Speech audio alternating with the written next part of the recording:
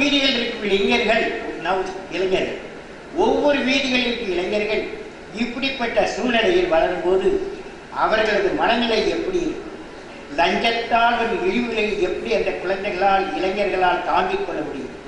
ஊழலால் வரும் பணத்தில் எங்களுக்கு எந்த வசதியும் வேண்டாம் என்று முடிவெடுத்தால் அவர்களால் துரதிர்ஷ்டமாக லஞ்சத்தில் ஈடுபடும் பெற்றோர்களை மாற்ற முடியுமா என்பதுதான் கேள்வி.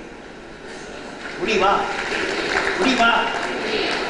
மாற்ற முடியும் என்பதால் எனது நம்பிக்கை. ஏனென்றால் அன்பு, பாசம் என்ற மிகப்பெரிய ஆயுதம் இளைய சமுதாயத்தின் கையில் இருக்கிறது. அதை இவர்கள் லஞ்சம் வாங்கும் பெற்றோர்கள் மீது பிரயோகிப்பார்கள் என்றால் லஞ்சத்தை விட்டு பெற்றோர்களால் கண்டிப்பாக வெளியே வர முடியும். ஏனென்றால் தான் பெற்ற பிள்ளைகள் அவமானமாக நினைக்கும் ஒரு இழிவான செயலான ஊழலை செய்ய எந்த ஒரு பெற்றோருக்கும் மனது வராது. உறக்கத்தில் ஒரு நல்ல கனவு, உன்னை உறங்க விடாமல் செய்வதுதான் கனவு. சொல்லுவாங்க